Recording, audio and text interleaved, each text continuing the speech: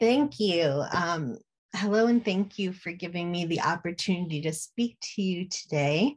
A special thanks, of course, goes to Liz Steinborn-Gorley and the Maverick Diversity Institute for hosting me. I'd like to begin by acknowledging and honoring the unceded colonized lands of the Otoe, Missouri land of the state of Nebraska, of which I am now located. Please take a moment to reflect on the peoples whose land you now occupy.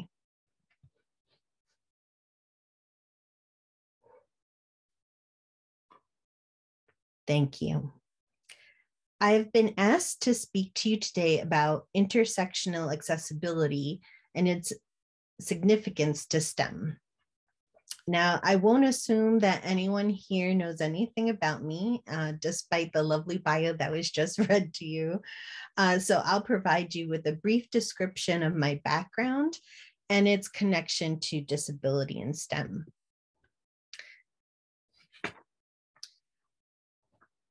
As was just mentioned to you, I am a former aquatic ecologist who has over 10 years of experience of teaching undergraduate students in STEM, particularly those with marginalized identities. I personally identify as a disabled Latina mother scholar. I have a non-apparent impairment that causes muscular pain and fatigue, which my sisters also ironically have. In terms of my own journey in disability identity development, I have been exploring and analyzing the intersection of race and disability in my own life and in the academy. I've published in Qualitative Inquiry and Race, Ethnicity, and Education, or REE. I also co-edited a special issue of the journal Committed to Social Change on Race and Ethnicity, or JC Score, with Dr. Lisa Maria Ramirez Stapleton at Cal State Northridge. And I'm working on setting up another special issue on disability in STEM with Dr. Daniel Reinholz from San Diego State, Dr. Catherine Yee from Chapman University, and Dr. Paolo Tan from Johns Hopkins.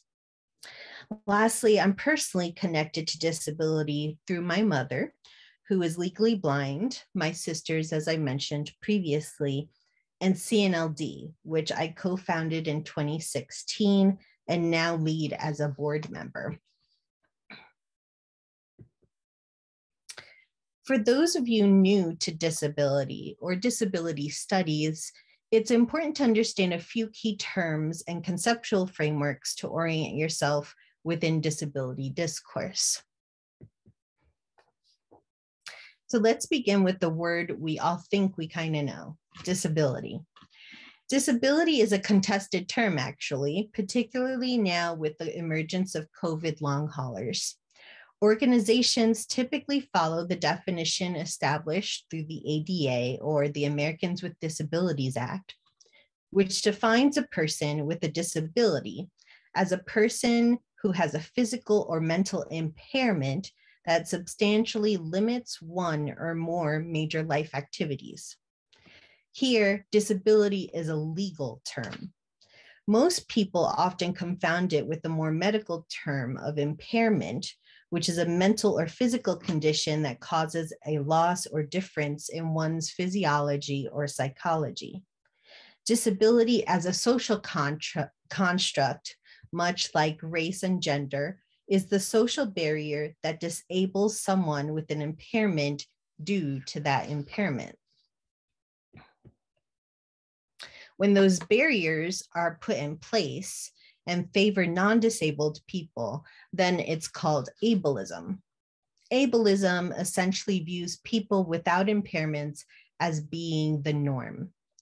It is the ideological hypervaluation of ableness that is reinforced through law, social policy, and culture.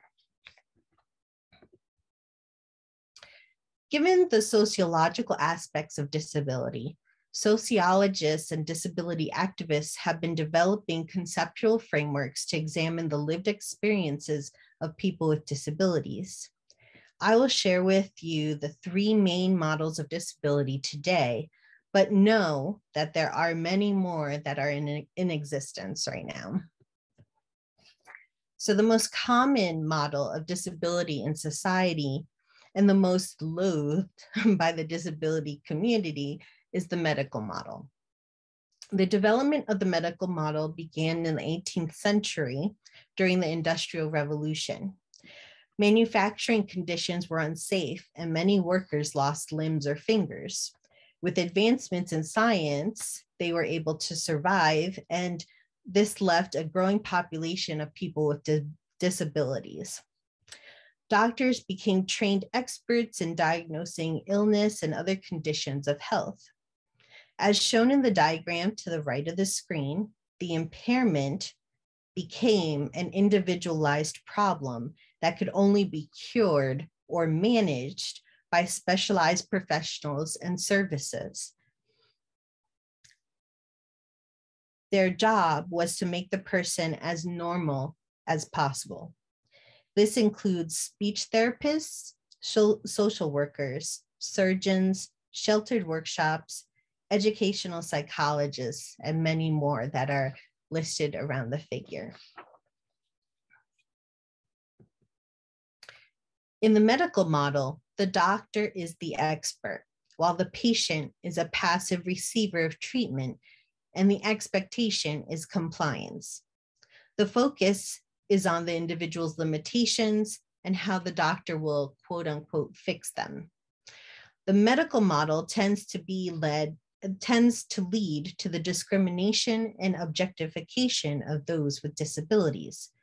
For example, in the Crippen comic on this slide, you see a white male physician asking another doctor, "What do you think they want?" And the group of patients with varying impairments have thought bubbles that say, "To make my own decisions, to be asked, to be treated with respect, and information I can access." The next model of disability is the social model. Coming out of the disability rights movement of the 70s, it seeks equality with the slogan, "Nothing about us without us." Rather than seeing the impairment as the problem of the individual, the social model sees society as being the problem, disabling the person with an impairment. It identifies systemic barriers, negative attitudes, and exclusionary practices, and it advocates for universal design and inclusion. Medical assistance is acceptable, but the patient should have a say. The final model of disability is the affirmation model, which is, according to Sally French and John Swain, essentially a non-tragic view of disability and impairment, which encompasses positive social identities, both individual and collective, for disabled people, grounded in the benefits of lifestyle and life experience of being impaired or disabled. The affirmation model rejects the tragic trope presented by the medical model. Building on the liberatory aspect of the social model, it embraces disability as a positive identity and looks for the strengths of being a person with an impairment. The affirmation model recognizes the embodied experiences that come with impairment, as well as the fact that sometimes medical assistance is needed. So the three models I've covered, the medical model, social model, and affirmation model, impact how members of the disability community identify themselves. Those who follow the medical model may not identify as being disabled at all. Meanwhile, many folks who participated in or who were young during the disability rights movement may use person-first language when talking about themselves. Person-first language is used to describe what someone has, not what they are. The emphasis is placed on being a person first. This was because prior to and including the ADA, the disability community had to fight tooth and nail to be treated humanely. An example of person-first language is person with autism. In contrast to person-first language, identity-first language is used as a way for an individual to identify with their disability. Many post-Americans with Disabilities Act or IDEA generation folks prefer identity-first language. They feel that person-first language separates a person from their disability, which implies that having a disability is negative when it could be seen as a source of pride. An example of identity-first language is autistic person, which is preferred by many in the autism community. The caveat is that you do not refer to someone by a diagnosis or their equipment. So for example, we don't say cancer person or wheelchair person. But a good rule of thumb, if you do need to know someone's disability identity, is to politely ask what preference they have.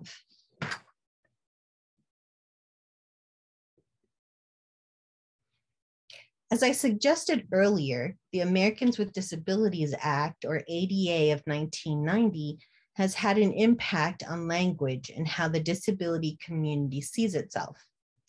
There is a generation of young adults right now who do not know what things were like for disabled people prior to 1990. They have rights now that were not available to previous generations. When we talk about disability rights, we are talking about human rights, fundamental rules about what people are owed according to ethics and law. Disability rights set a precedent for how the disability community should be treated. They protect and support those with impairments and sway public opinion, much like in the Capitol crawl, when disability activists literally crawled up the Capitol steps in Washington, D.C. to sway opinion on voting for the ADA into law. However, the fight for disability rights were often reactionary, and their enforcement has to be pursued by law or lawsuit.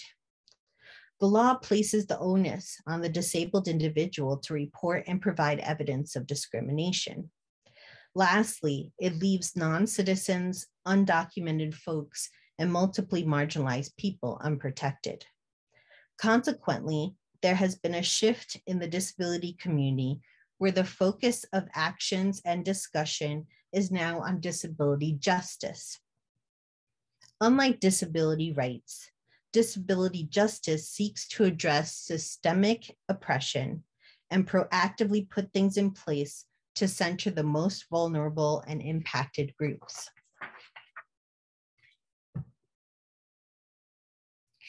Today, disability justice is discussed and promoted through online liberated zones of the disability community. For those interested, I would check out #DisabilityTwitter. The disability justice movement is led by disabled, queer, and gender non-conforming people of color, where, quote, all bodies are unique and essential, that all bodies have strengths and needs that must be met. The movement also recognizes and works using intersectionality as its framework.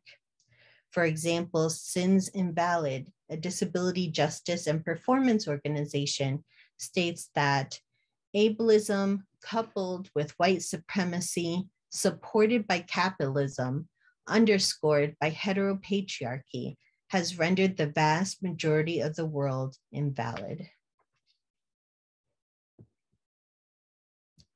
One of the goals of disability justice is access intimacy, a term coined by activist and scholar Mia Mingus.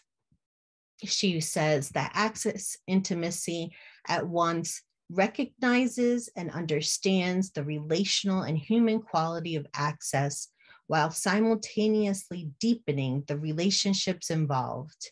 It moves the work of access out of the realm of only logistics and into the realm of relationships and understanding disabled people as humans, not burdens. Access intimacy is interdependence in action. Disability justice, as I mentioned earlier, uses intersectionality as an analytical lens and approach. Intersectionality is a term that was coined in 1989 by Dr. Kimberly Crenshaw, but it is actually a concept that it goes way back in terms of first being thought of and written about by Sojourner Truth. It reveals how the lived identities of Black women intersect with sites of privilege and marginalization, oftentimes rendering them invisible. Crenshaw, speaking about her framework, states that intersectionality is not primarily about identity. It's about how structures make certain identities the consequence of and the vehicle for vulnerability. Another useful framework to understand the intersection of race and disability is disability critical race studies, or DISCRIT, which was developed by Dr. Subhani Anama from Stanford University and her colleagues, Beth Connor and Daniel Ferry. I think, no, sorry. Racism and ableism are interconnected and upheld notions of normalcy. So essentially, racism and ableism work together to support this idea of normal. Discrit values multidimensional identities. It emphasizes social constructions of race and ability, but it also recognizes that there are material and psychological consequences of being labeled as raced or disabled. This framework also considers legal and historical aspects of race and disability that have denied rights, as well as the importance of activism in receiving those rights. And it recognizes whiteness and ability as property and interest convergence in how disabled people of color experience the world. So why is it important for us to use critical frameworks like DISCRIT or disability justice? How do they apply to our everyday lives? So for some of you who have been paying attention to the Black Lives Matter movement, there has been a lot of information coming out, a lot of data coming out in terms of race and the intersection of disability and police violence. And so greater than 50% of Black people with disabilities will actually be arrested by the age of 20. 20 to 40% of Black people with disabilities are victims of police brutality. In terms of those who are actually incarcerated or interacting with police, 30% to 50% of people who are killed by law enforcement are people with disabilities. 1 out of 3 incarcerated people have disabilities. And there are also causes of disability that we don't often discuss, such as the impact of border crossing on mental health and also physical health, as well as detention centers being sources of trauma and disability.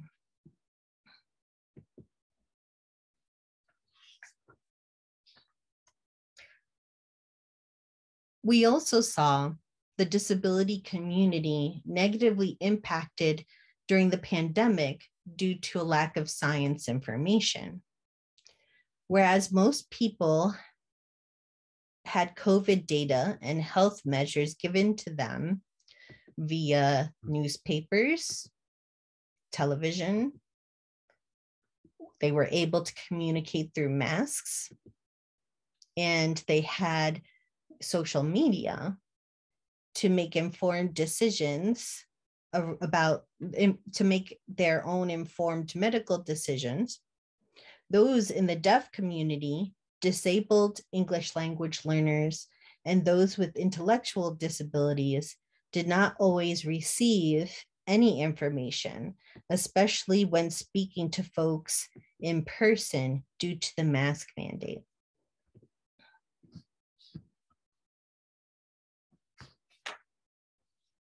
This finally leads me to disability and STEM in higher education.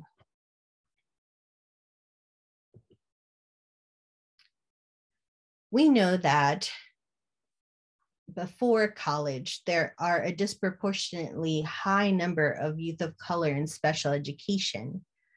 Beyond that, we also know that nearly 1 in 5 people in the United States have a disability. About 56.7 million people, or 19% of the population, had a disability in 2010, according to a broad definition of disability. In terms of undergraduate education, we know that 19% of undergraduates in 2015-2016 reported having a disability, with 18% of them being Hispanic and 17% being Black. However, I would add that our data in that regard is not great because what we're finding is that most undergraduate students who start college who had IEPs or 504 plans in K through 12 are deciding not to disclose their disability at the higher ed level for a variety of reasons. So that 19% is probably higher. Those with disabilities who do enroll in STEM fields, they enroll in STEM fields at about the same percentage as their able-bodied peers, but over 50% of them leave after the first year. According to the most recent report from the National Center for Science and Engineering Statistics, or NCSES, there is not a whole lot of data on persons with disability by field of study. So this is very general, like within science and engineering, we know that scientists and engineers with 1 or more disabilities had an unemployment rate greater than that of the US labor force. And you can see that in the graphic on the right, the last 2 bars of the bar graph, the blue with disability and the red bar is the total labor force. And then the orange bar is without disability. You can also see that there is a difference between people of color, so Latino, Black, and individuals of more than one race have higher unemployment rates than their white and Asian counterparts. Though this data is also, you can take this data as you will, also because, you know, individuals don't always disclose. And so this is just based on who was willing to share that information. So barriers. What are the barriers preventing disabled STEM students and scientists? Besides the missing data and a lack of disaggregated data, as you can see, they didn't, in that previous graph, there was no intersectional analysis of disabled Black scientists versus disabled Latino scientists. So aside from that, and the need to clarify what the problem actually is, research does indicate that individuals with disabilities face access fatigue. Access fatigue is essentially the emotional and psychological drain that comes with having to ask for accommodations over and over again. That's particularly thinking about your undergraduate students. Every semester, they need to make sure to have their letters, their accommodation letters, and they need to ask for those. And it's every semester having to disclose about their disability, and it gets tiring. In terms of accommodations, sometimes there are no accommodations provided. Sometimes it's limited or not ideal. And so some students may not be getting the best accommodations to help them succeed. There's also what Shinohara, McQuaid, and Jokobo called the hidden burden of survival. And this is related to access fatigue. What the hidden burden of survival is all the unaccounted for and extraneous time and energy that they need to put into the things that essentially they need to survive and to succeed. So on top of getting accommodations, that could be making doctor's appointments, it could be working with a paraprofessional and training them. There's a lot of things beyond that they need to manage beyond just academics. There's also culturally low expectations and assumptions of abilities. So once individuals are found to disclose their disability, people tend to make assumptions about what they can and can't do, or their intelligence level. Relatedly, there's a barrier is also themselves. They could have internalized ableism and racism and feel shame and not want to disclose, which then impacts their accommodations. So if they're ashamed of who they are and don't get the accommodations they need, then likely they won't be successful in whatever major they decide to pursue. There's also the idea that disabilities are static, and this misconception can be very challenging for those in the disability community, because an impairment, for example, my impairment is fibromyalgia, my symptoms change from day to day. And so folks may assume that I have the ability to, I have plenty of energy to engage in conversations in an entire day of like workshops or something. But that day I may not be able to, just because of what my body has decided are my limitations. And so just keeping in mind that just because someone has a disability, their condition or their symptoms can vary from day to day. And then notions of self-advocacy are also a barrier, in the sense that we often, in higher education, we promote self-advocacy and tell our students, you need to do these things in order to get accommodations, or you need to engage in these activities on your behalf to be successful. And so it puts the onus oftentimes on the student, rather than seeing accommodations and access generally as a structural issue, something that the institution should be addressing. And lastly, there's the intersection of race and ability in racist ableism. And I'll explain a little bit in just a second about that. So one of the few intersectional studies that I've seen is the work by doctoral candidate Julia Karpix at UCLA. And she's looking at how graduate students of color with disabilities view self-advocacy, and navigate the accommodations process at their university. What she's finding is that race mediates their conversations and interactions related to disability. So, for example, one of her interviewees, Naomi, shared the following quote: "It's not just the disability. The disability is then compounded by your race, your ethnicity. Understand how the different intersections of your identities are going to affect the help that you're receiving and the help that you're going to have to advocate for yourself." And Sam relatedly says, a participant states, "I always think about it. It's always on my mind.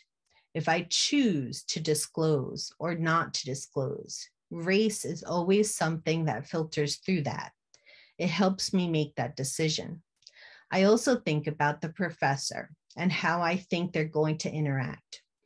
As a person of color, I usually can tell within a few moments how the interaction is going to go, and I'll make my decision then and there. There have been multiple times when I have just struggled through because I knew that mentioning it was going to do absolutely nothing."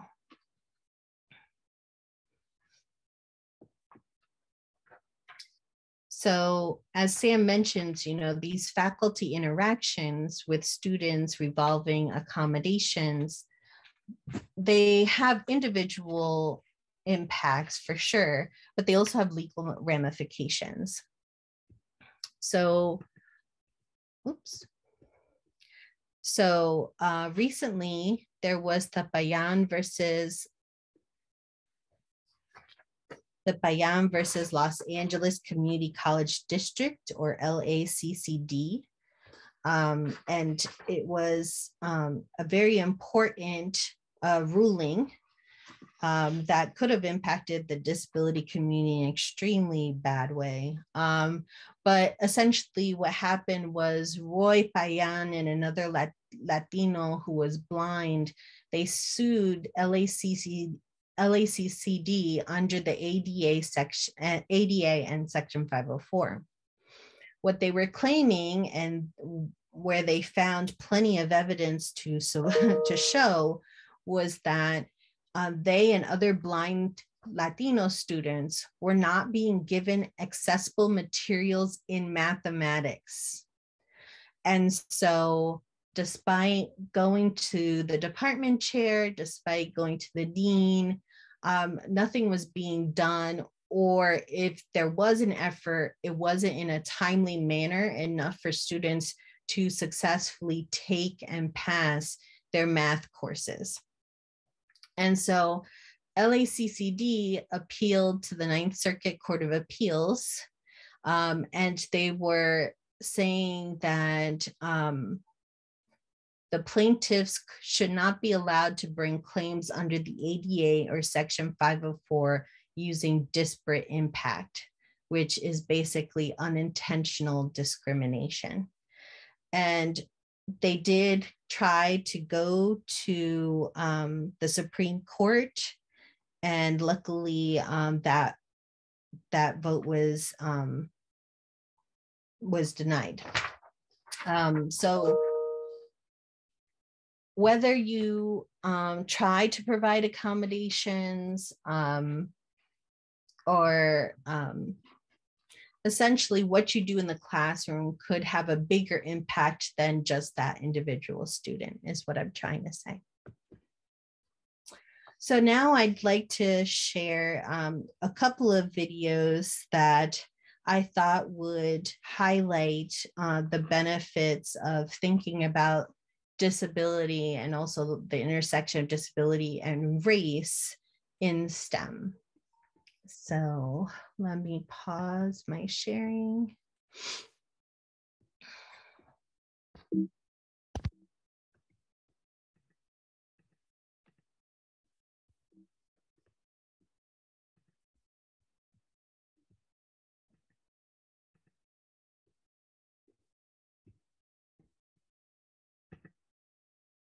Can everyone see the screen? Does it say do it? Students with disabilities, no. No. Okay, I will share again. I never know if it's like sharing the right thing. Okay. Thank you, Liz. Mm-hmm. Okay. There we go. Thank you. It's important that people with disabilities are able to access programs and resources just simply as a matter of social justice. Students with disabilities should be able to articulate what they need. I think that's very crucial. We want to really educate diverse learners. The diverse learner definitely including people with disabilities. Students with Disabilities at the University of Washington, building teams for success. For students with disabilities, a successful academic experience requires teamwork. Team members are students, faculty, and the staff that supports students with disabilities. My name is Robert Stacy. I go by Bob Stacy. I'm the Dean of the College of Arts and Sciences, and I'm a professor of medieval European history here at the University of Washington. A lot of disabilities, of course, are invisible. We think about disabilities and we think about someone who is perhaps in a wheelchair or who has vision impairment or whatever. But oftentimes there are things like social anxieties that prevent them from participating comfortably in large groups. My name's Dan Comden. I'm the Access Technology Manager in the Access Technology Center in the basement of Mary Gates Hall. We're part of UWIT, Information Technology, in a unit called Accessible Technology Services. We do a number of different things in our department. One of the things that we do is provide access to academic technology for college students here at the University of Washington who have disabilities. The transition from the K-12 system into higher education can be a bit of a shock for some students. They come from a very supportive environment to an environment that is supportive but requires that the student really be their own best advocate. They have to seek out the services. The services are not just going to be delivered to them without them asking about it. So how does the process start? In college, it begins with a student. Under the Americans with Disabilities Act, or ADA, students with disabilities have the right to reasonable accommodations. Students have to play an active role in claiming that right. Their first step is to contact the office that provides accommodations, which is sometimes called Disability Resources for Students, or DRS. My name's John McGough. In DRS, we work with students in every program across the university. That's undergraduate students, graduate students, students in professional programs like medicine or law. In working with our counseling staff works to ensure that the students can access the classroom. That means that lectures are accessible to them. This could include sign language interpreters or closed caption videos. We work to ensure that their books are accessible to them. This could be textbooks in Braille or audio or many other digital formats. We work to ensure that clinical experiences and field trips are also accessible. My name is Shelby, and my disability is dyslexia dysgraphia. Dyslexia is basically where you can reverse words or leave words out. I always try and seek out where the disabilities department is. I feel like it's the first thing I need to do, because if I don't have everything in order, then I'm just gonna suffer the way through college, and I don't wanna do that. Like, try to set up my meeting with my counselor, try to find out like if I get all of my testing accommodations, and then I ask them, is there like anything else that I need to know about, if there's something new. Besides verifying that a student is eligible for accommodations, documentation helps the Student Services Counselor determine what that student might need. Counselor Krista Greer talks with students about specific accommodations. So I work with a couple different types of students. The first type of students with disabilities that I work with are those that have chronic health concerns. Perhaps they have arthritis, where they can't manipulate a physical book, or they can't carry the weight of their books on their back. So they're really just looking for an electronic-only version. Perhaps the student might also have low vision, where they need to have an electronic version that can be enlarged. The second type of students that I work with are by far the largest population, and these are students with learning disabilities. I'm Richard Ladner, professor in computer science and engineering at the University of Washington. If a student with a disability comes into your class, it's always a good idea to ask the student what their needs are and try to make sure that you accommodate those needs. And I've seen this done successfully a number of times by professors who have an interest of it, an interest in including all students in their class. I think all the materials in the class should be accessible, the website, and so on. The assignments should be considerate of accessibility, the exams as well. There's a wide range of accommodations. My name is Kayla, and I have a form of muscular dystrophy. So essentially I just use a wheelchair because my muscles are weak, and I also have panic attacks and anxiety as my invisible disability. Some accommodations that I had were the physical space, where I needed a desk that I could pull up to, that would raise, that was adjustable. I would need to be able to physically get into the room, the classroom, very important. And I got some writing accommodations that I had just in case I needed them. I also had certain accommodations about needing to take breaks, and that's mostly due to my invisible disability. So if I am having a panic attack, I can leave the room and the instructor would know why. I'm Cindy, and I'm a third-year PhD student in the Department of Human-Centered Design and Engineering at the University of Washington. I'm totally blind. DRS helped me to get accommodations in a few of my courses. They provided materials in Braille for me in a computer science course, which was very helpful. They provided an assistant for me in a statistics course, which was also very helpful because there were a lot of graphs and creating presentations using statistical software, where I was best supported by having a student help me. Be clear about what you need, and make sure you communicate frequently with your instructor. And if you're not getting the accommodation that you need, let your instructor know. Our instructors are remarkable, but very few are mind readers. Students have the right to choose if and when to disclose their disabilities. It's up to the student, actually. The student, whether they disclose or not their disability. If they do disclose it, and they do indicate that they do have some accessibility issues, then a conversation would be in order. And if the student does not initiate it, then probably you should not initiate it.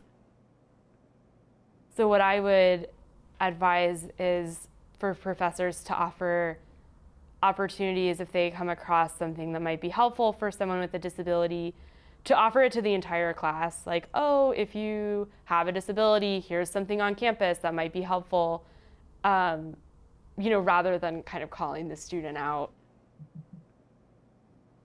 If students do decide to disclose a disability, they should contact professors and disability services early, preferably before classes start. Sometimes accommodations require advance notice. For example, books in alternate formats, such as Braille, may have to be ordered. It's important that they engage with their disability service office as early as possible, so that they can, if they need accessible academic materials, the DS office can start creating those as soon as they know what books are needed. It's really important that it be a proactive instead of a reactive process as much as possible. Flexibility and communication are the tools needed for success. Cooperation between faculty, students, and service coordinators is the key to making it happen. My name is Patrick Powell. I'm from University of Washington, Tacoma. My responsibility is technology. I'm the Vice Chancellor for Information Technology. So it is really vitally important for us to provide equity and inclusion, which include people with any kind of needs, learning disabilities, physical disabilities. I'm Cheryl Bergstaller at the University of Washington. Here I direct accessible technology services. My hope for students in our programs is that they'll develop some self-confidence, that they'll become self-advocates, that they'll really know what they need, whether it's technology or some other accommodation, and they'll feel like they can be successful because they know they've practiced some of the things they have to do to be successful in college and careers, and they know they can do it. For more resources about supporting students with disabilities, consult washington.edu/DOIT. This video is funded by Accessible Technology Services of UWIT. Copyright 2018, University of Washington.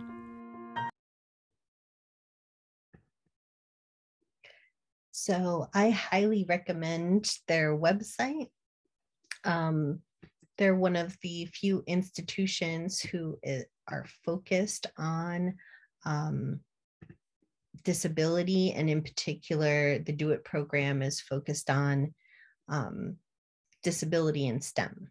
And the reason why we are talking about, the need for accommodations and encouraging students with disabilities to pursue STEM is because of the ingenuity that a lot of students can bring. And one such person is Dr. Wanda Diaz-Merced. I'm going to share a video. Hold on.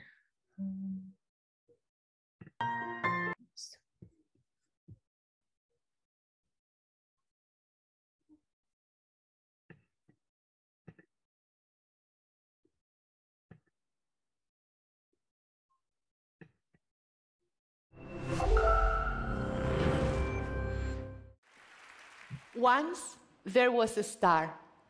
Like everything else, she was born, grew to be around 30 times the mass of our sun, and lived for a very long time. Exactly how long, people cannot really tell. Just like everything in life, she reached the end of her regular star days, when her heart, the core of her life, exhausted its fuel. But that was no end.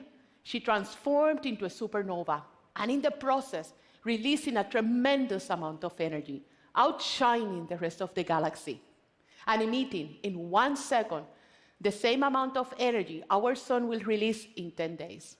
And she evolved into another role in our galaxy. Supernova explosions are very extreme, but the ones that emit gamma rays are even more extreme. In the process of becoming a supernova, the interior of the star collapses under its own weight, and it starts rotating ever faster, like an ice skater when pulling their arms in close to their body.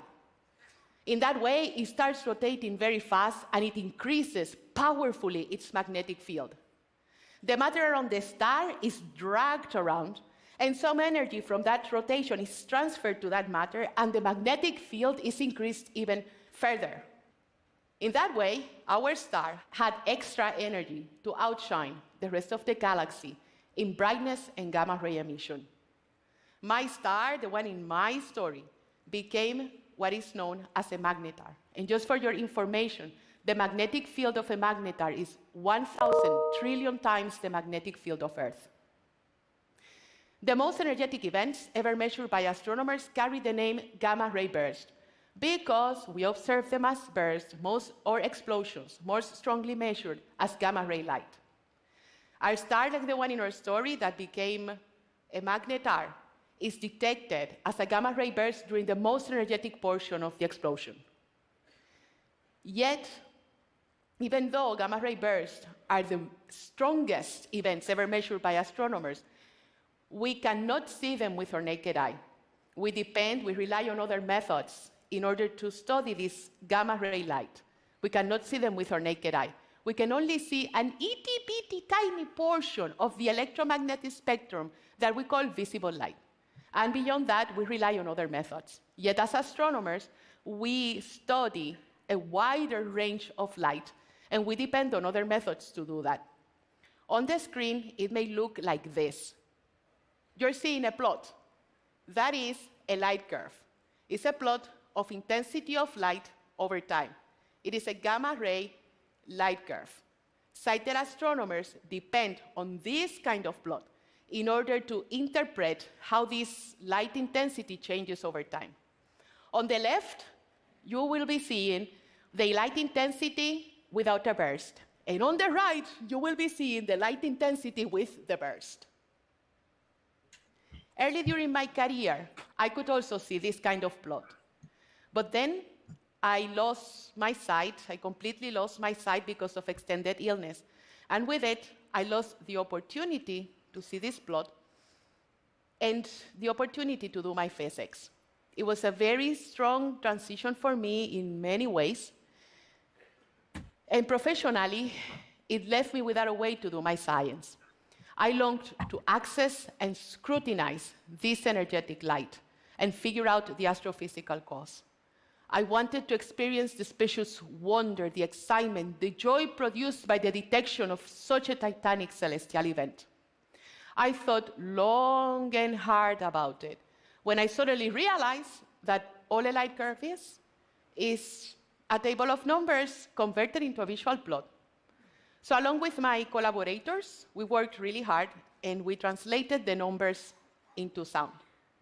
I achieved access to the data, and today I'm able to do physics at the level of the best astronomer using sound. And what people have been able to do, mainly visually, for hundreds of years, now I do it using sound.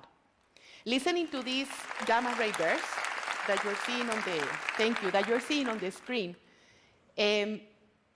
brought something to the ear beyond the obvious burst. Now I'm going to play the burst for you. It's not music, it's sound.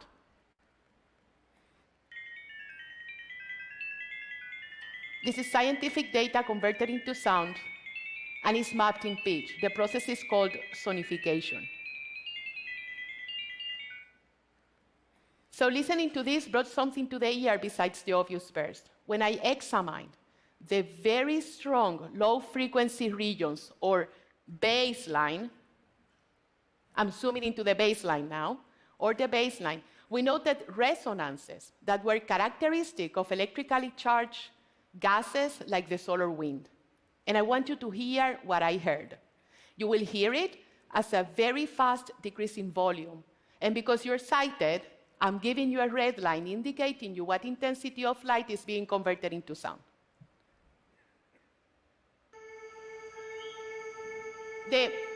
It's frogs at home. Don't pay attention to that.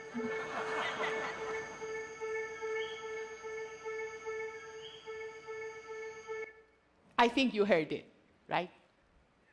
So what we found is that the bursts last long enough in order to support wave resonances, which are things caused by exchange of energy between particles that may have been excited that depend on the volume. You may remember that I said that the matter around the star is dragged around. It transmits power with frequency and field distribution determined by the dimensions. And you may remember that we were talking about a supermassive star that became a very strong magnetic field magnetar. If this is the case, then outflows from the exploding star may be associated with this gamma ray burst. What does that mean? That star formation may be a very important part of these supernova explosions. Listening to this very gamma ray burst brought us to the notion that the use of sound as an adjunct to visual display may also support sighted astronomers in the search for more information in the data. Simultaneously, I worked on analyzing measurements from other telescopes, and my experiments demonstrated that when you use sound as an adjunct to visual display, astronomers can find more information in this now more accessible data set. And this ability to transform data into sound gives astronomy a tremendous power of transformation. And the fact that a field that is so visual may be improved in order to include anyone with interest in understanding what the heaven lies is a spirit lifter. When I lost my sight, I noticed that I didn't have access to the same amount and quality of information a sighted astronomer had. It was not until we innovated with the sonification process that I regained the hope to be a productive member of the field that I had worked so hard to be part of. Yet information access is not the only area in astronomy where this is important. The situation is systemic, and scientific fields are not keeping up. The body is something changeable. Anyone may develop a disability at any point. And let's think about, for example, scientists that are already at the top of their careers. What happens to them if they develop a disability? Will they feel excommunicated as I did? Information access empowers us to flourish. It gives us equal opportunities to display our talents and choose what we want to do with our lives based on interest and not based on potential barriers. When we give people the opportunity to succeed without limits, that will lead to personal fulfillment and prospering life. And I think that the use of sound in astronomy is helping us to achieve that and to contribute to science. While other countries told me that the study of perception techniques in order to study astronomy data is not relevant to astronomy because there are no blind astronomers in the field, South Africa said, we want people with disabilities to contribute to the field. Right now, I'm working at the South African Astronomical Observatory at the Office of Astronomy for Development. There we're working on sonification techniques and analysis methods to impact the students of the Athlone School for the Blind. These students will be learning radio astronomy, and they will be learning the sonification methods in order to study astronomical events like huge ejections of energy from the sun known as coronal mass ejections. What we learned with these students have multiple disabilities and coping strategies that will be accommodated. What we learned with these students will directly impact the way things are being done at the professional level. I humbly call this development, and this is happening right now. I think that science is for everyone. It belongs to the people, and it has to be available to everyone because we are all natural explorers. I think that to unwittingly limit people with disabilities from participating in science will sever our links with history and with society. I dream on a level scientific playing field where people encourage, respect each other, where people exchange strategies and discover together. If people with disabilities are allowed into the scientific field, an explosion, a huge titanic burst of knowledge will take place, I am sure.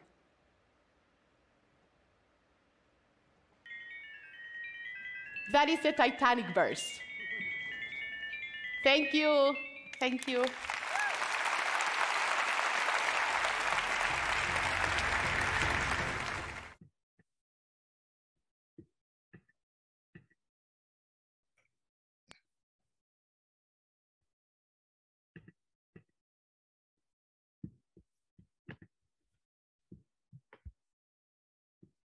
Let me just share my screen again.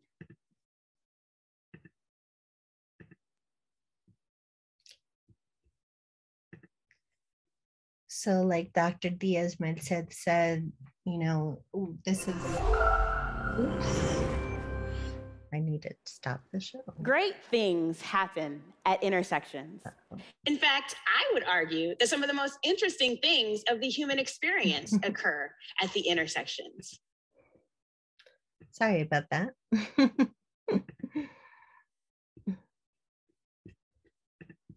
Take two.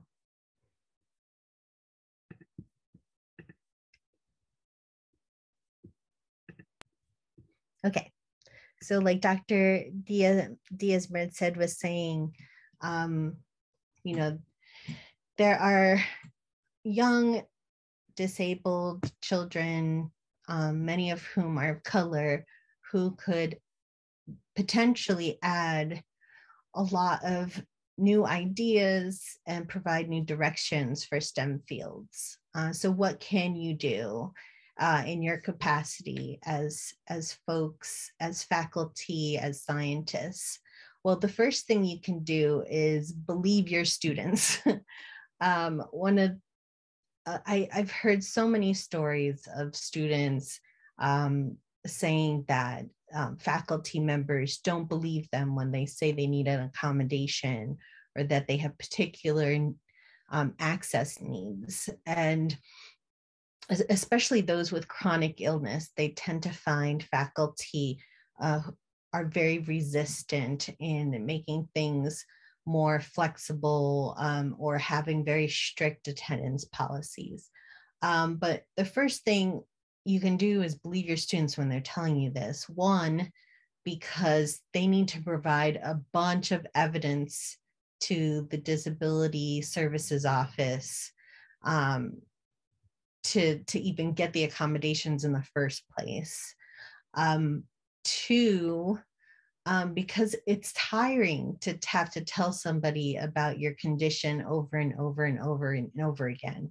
And that's what your students are doing each semester, is having to, because of the whole self-advocacy and the onus that we place on them, they're having to every semester talk to faculty about their needs.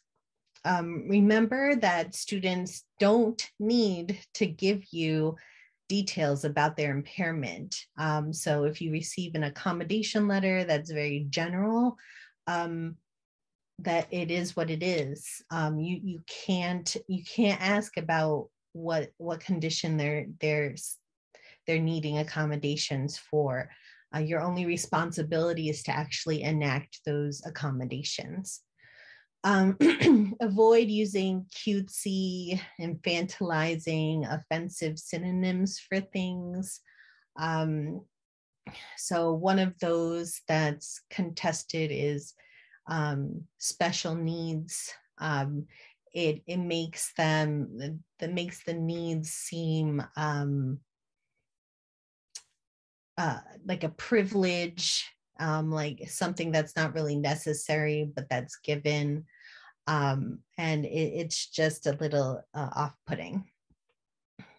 So related to that, reflect on how you treat your disabled students and disabled students of color.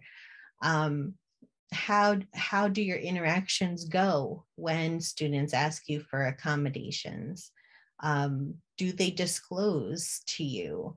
I find students are very comfortable with disclosing to me, but with some faculty, they may not even bother, like that one student who was interviewed by Julia. They may know, just based on their brief interaction with you, whether or not they're going to come to you and talk to you about accommodations. Work with students to address their access needs if they do come to you.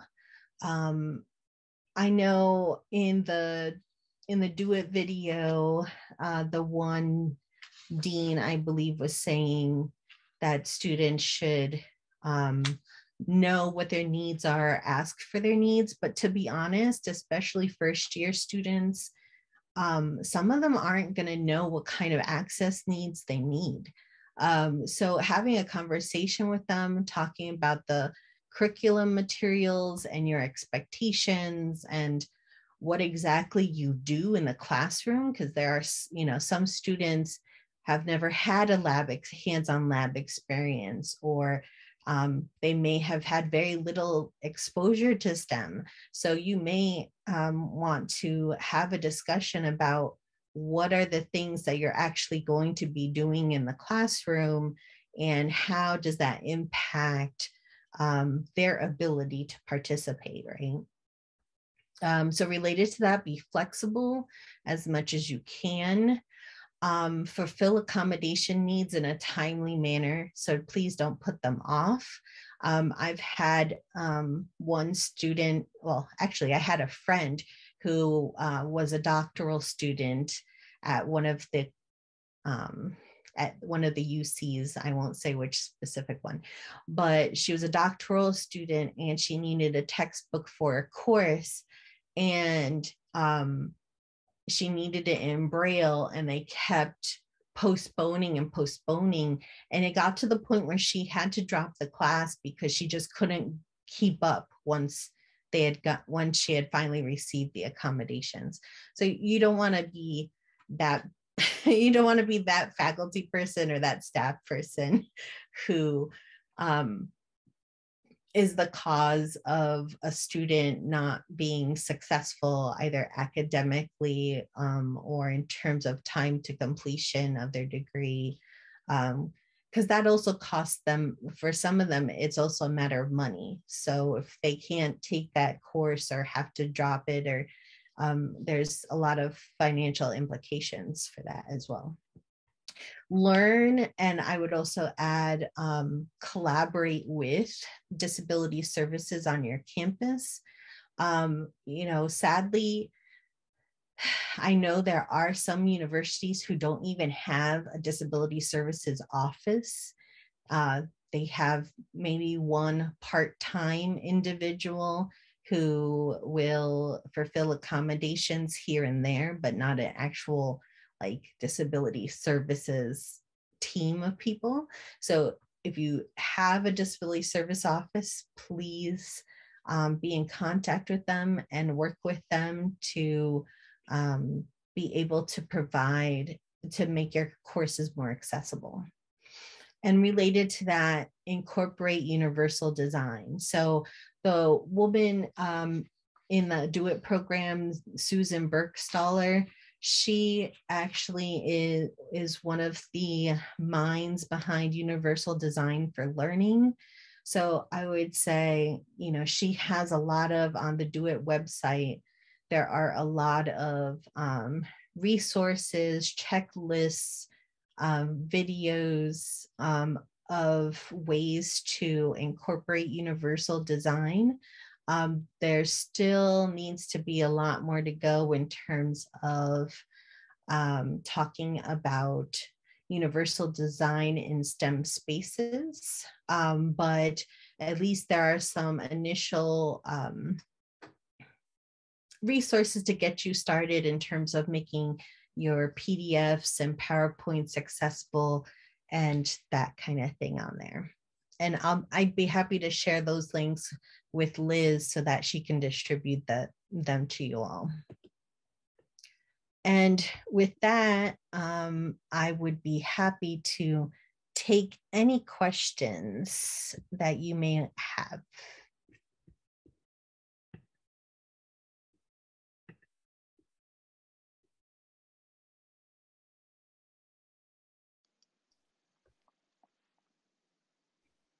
Hi, Elda. Do you want to ask a question? Yeah, go ahead. Yes, hi, and thank you for this wonderful presentation. Also, thank you, Liz, for organizing this. So some of the hardest time that I have in my classes is working with the students with mental illness, and especially when they start not showing up anymore. Mm-hmm. I do not know how to reach out to them, what's appropriate, what's in producing more anxiety. I do not know where the line is and what I can do to be the most effective. Do you have any advice? I hear you. I've had students with mental health challenges as well. The way we have approached it when I used to work at my local university at Nebraska Wesleyan is we have what's called a care team, and they're individuals on campus that essentially deal with cases like that, in terms of making sure that there's somebody in touch with the individual at all times in terms of providing support. And so if a faculty does have a concern, they contact the care team. And the care team was comprised of the dean of students, and folks from residence life. And so between the dean of students and residence life, they would find a way. So let's say the students are responding to your emails, you haven't seen them in a while, then you basically put in a note to the care team. And then what would happen was usually the residence life coordinator would go and literally go and find the kid on campus, especially if they're in the residence halls. And so that's how we have been able to, that's how Nebraska Wesleyan was able to increase their retention of students, was early detection and like finding those students right away. The challenge with students with mental health concerns is, they can't always, they're not always obligated to tell you if they're seeing counseling or if they're on particular medication, that kind of thing. Like they have to share that with you. And so we had a case where a student decided not to take her medication and got herself in a whole lot of trouble. And she wasn't going to class. And so we tried our best, but she was one of those students who eventually we wound up having to do a medical withdrawal.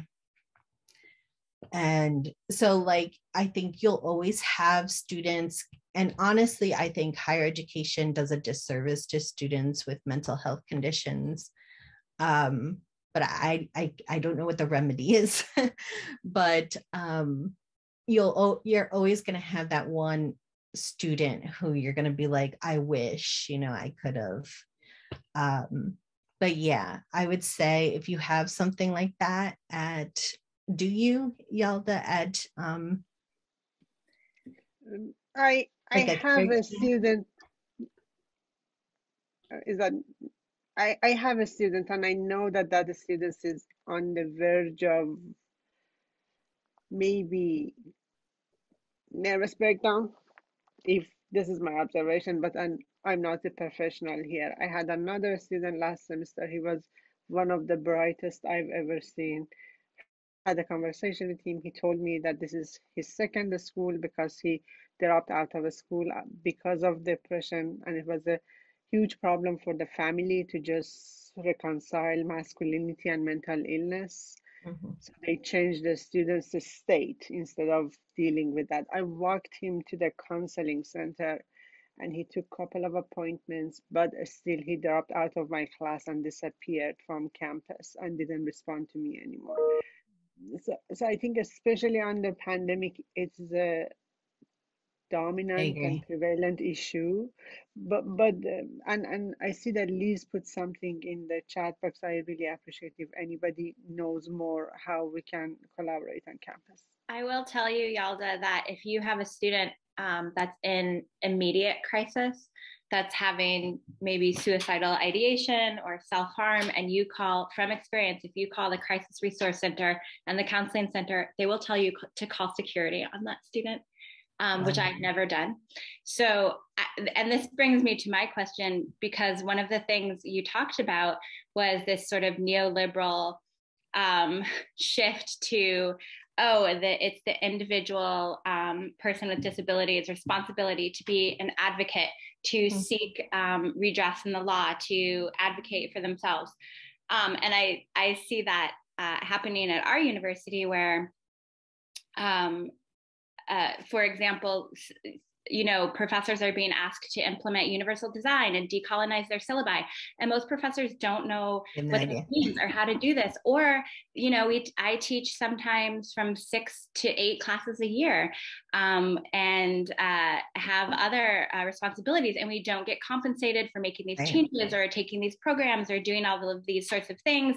And so then faculty just end up not doing it. And it ends up being the individual responsibility of a faculty member rather than making these systemic changes. And to that point, we even had an email from our union that talked about our recent very terrible responses to a student with disabilities that was like unable to evacuate a building.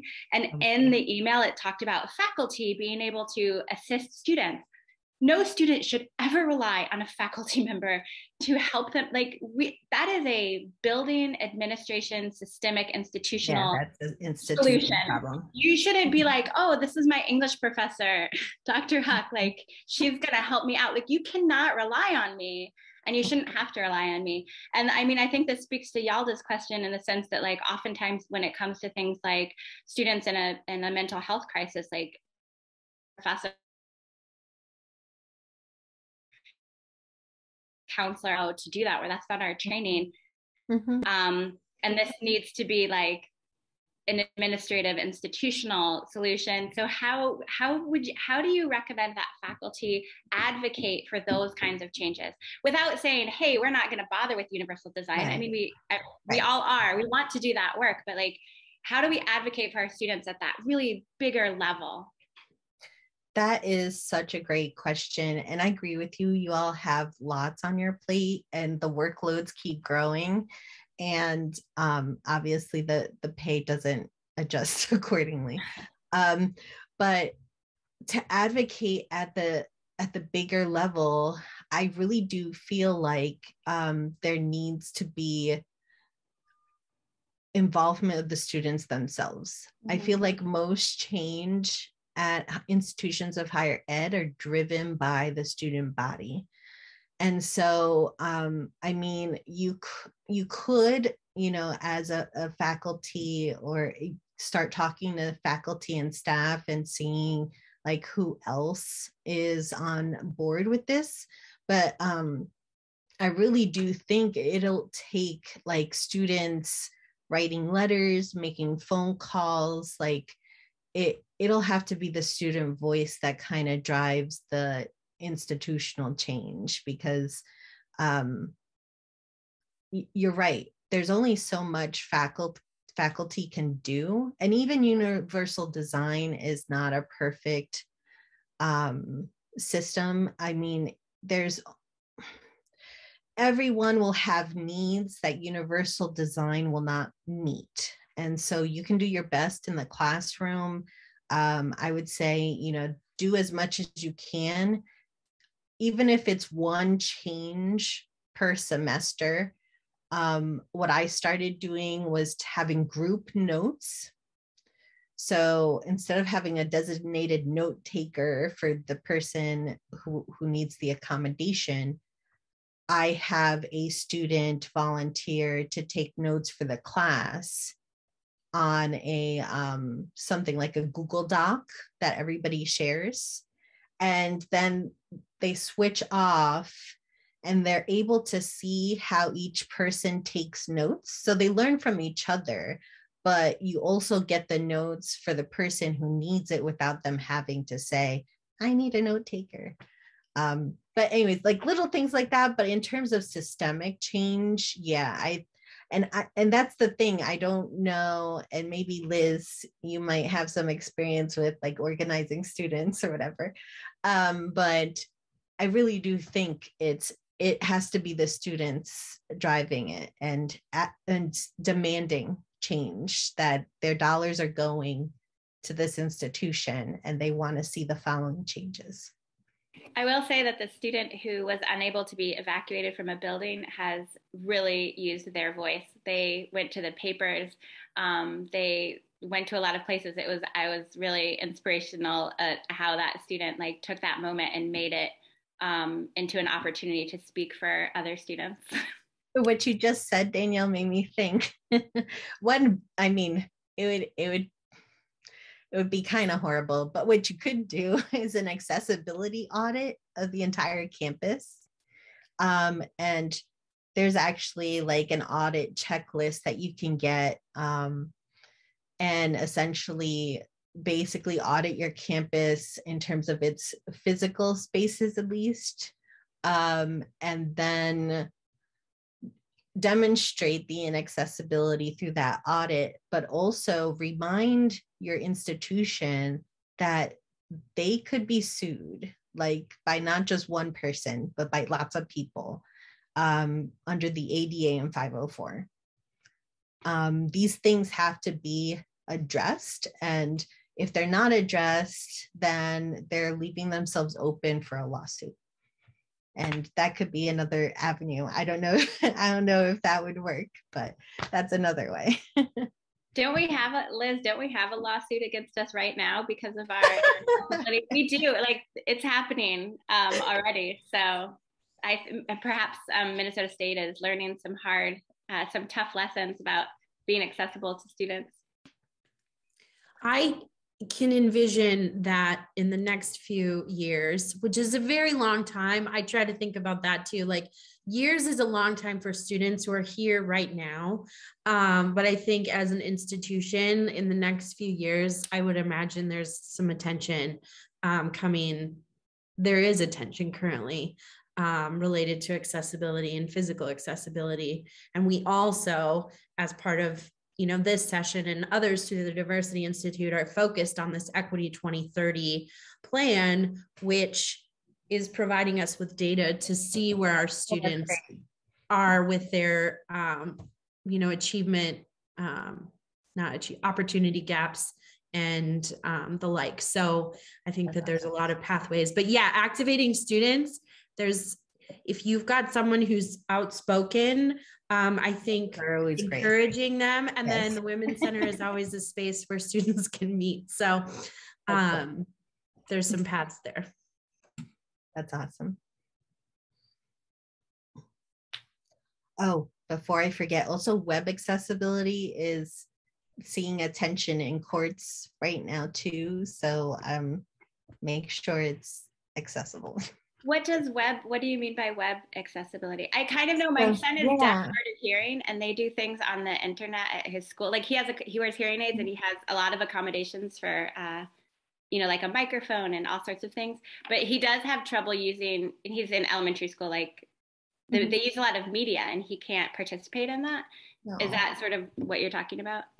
Yeah. So a lot of, especially websites are supposed to comply with the WGAC 2.0.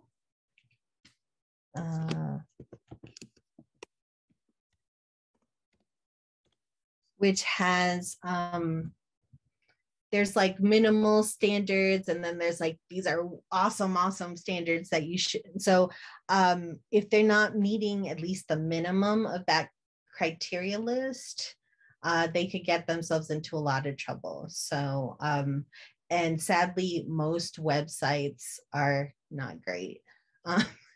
So like a good accessible website, I would say, is there's a group called Rooted in Rights. Oops. And they would be a good example of like what an accessible website is, but essentially like all the links kind of say what they are, and everything has alt text and captions, and there's like multiple access points to everything on the site. And most institutional sites are not really up to date that way.